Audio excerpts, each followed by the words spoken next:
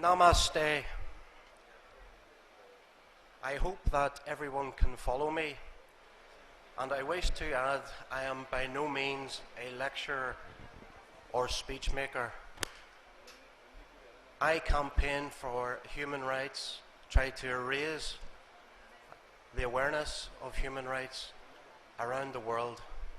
I now do that on behalf of the World Human Rights Foundation. I would like to extend greetings from the Board of Directors of the World Human Rights Forum.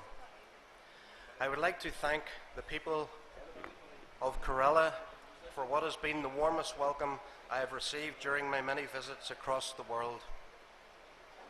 The lush and fertile nature of this beautiful land is complemented by the warm and endearing nature of the people.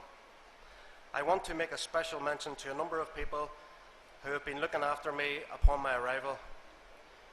It would be rude of me not to mention them. I have been looked after wonderfully. The first is Prakash P. Thomas, the chairman, Abin, Manoj, Vijay, Babu, and there are many others. I hope I can repay them all one day when maybe they come to my country, which is equally as beautiful, but not quite as warm. The week before Indian independence, Jad Adams, an accomplished historian, mentioned that Gandhi wrote, "So long as my faith burns bright, as I hope it will even if I stand alone, I shall be alive in the grave, and what is more, speaking from it. No friend," he said, to false modesty, "if I can say so without arrogance and with due humility, my message and method are indeed in their essentials for the whole world." It did, as we know, however, take Gandhi some time to apply his own message of equal rights to others outside of his own class. But as we know, he did so profoundly, resonating with many around the world.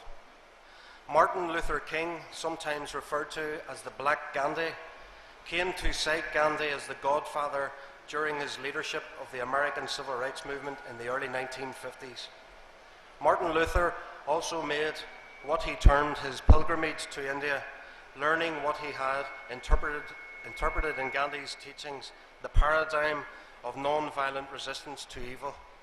He often referred to the Sermon on the Mount and the Gandhian method. In my own country of Northern Ireland during the 1960s, many civil rights activists and campaigners adopted the approach of the Civil Rights Movement of America. Long, peaceful marches occurred across Northern Ireland.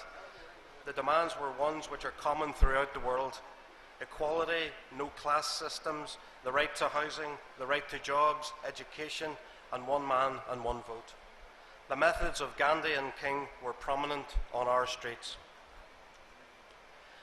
Human rights are usually based on three basic documents that collectively are known as the International Bill of Human Rights: the Universal Declaration of Human Rights, the UDHR, the International Covenant on Civil and Political Rights, the ICCPR, and its optional protocol and International Covenant on Economic, Social and Cultural Rights, the ICESCR, and also what is contained in the Constitution of many countries as fundamental rights or other enactments did by law. In the last few decades, there has been worldwide growing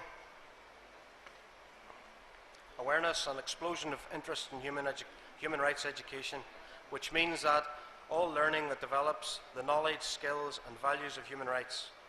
The United Nations proclaims that human rights education is training, dissemination and information efforts aimed at the building of a universal culture of human rights through imparting knowledge and skills and moulding of attitudes.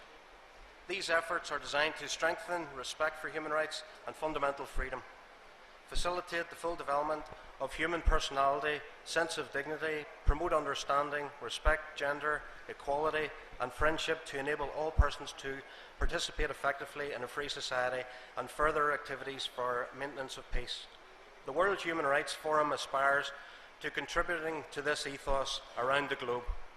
Already, we have carried out programs throughout the globe particularly in Angola, Kenya, Ethiopia, Malawi, Chile, Bosnia, Argentina, Trinidad and Tobago, the USA, in Ireland, in South Africa, Romania, Spain, the UK, Armenia, Poland, Belgium, Bangladesh, Sri Lanka, Nepal, Pakistan, Philippines, and in India.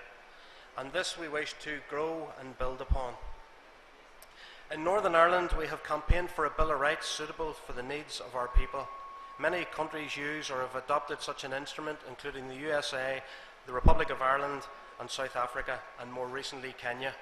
Each of these bills makes it clear that everyone is equal and discrimination by the state and ordinary people is not allowed. The World Human Rights Forum in India has three key concerns which I would like to address. The first is the rights of tribals. Tribals' age-old symbiotic relationship with forests is well known. Recognising this fact, even the National Forest Policy committed itself to the close association of tribals with the protection, preservation and development of forest and envisage their customary rights in forest. It is, however, a matter of serious concern that about 5,000 forest villages do not have a minimum basic living conditions and face a constant threat of eviction. One such tribal that we visited in the forest during a week at Warnard was the Pinar tribe, and the conditions in which they lived was inhumane. The national policy suggests that any forceful displacement should be avoided. Human beings move on their own to places with better opportunities. The tribals should enjoy at least the minimum amenities and services that are available in revenue villages. The second point is environmental protection. It is the basic duty of all to protect the environment. The World Human Rights Forum is behind that. We should preserve it for the next coming generations. The recent steps in this state of Kerala to convert wetland for commercial purposes are lamentable. The government should not encourage it. And lastly, cruelty against women. I heard in India that it is a land of great culture, and we respect that culture. I respect that culture. But unfortunately, the recent approach of some against the women seems to be cultureless. We hope to have a time when all will have the freedom to move with dignity. So in conclusion, we must all keep working with a sense of compassion for each other in our hearts, with a sense of justice and equality. We should banish from our hearts and minds prejudices of creed, colour, religion and gender. When we do this, we will conceive a more harmonious and peaceful society. So I would like to thank you very much for having me and allowing me this opportunity to participate in this programme. I have great pleasure in inaugurating this 2013 conference of the World Human Rights Forum. I wish you all the success in your adventure and endeavours. Let this conference held in this part of Asia be a step towards the protection of human rights, justice and peace, leading to the sustainable development of the humanity. Thank you. Nani.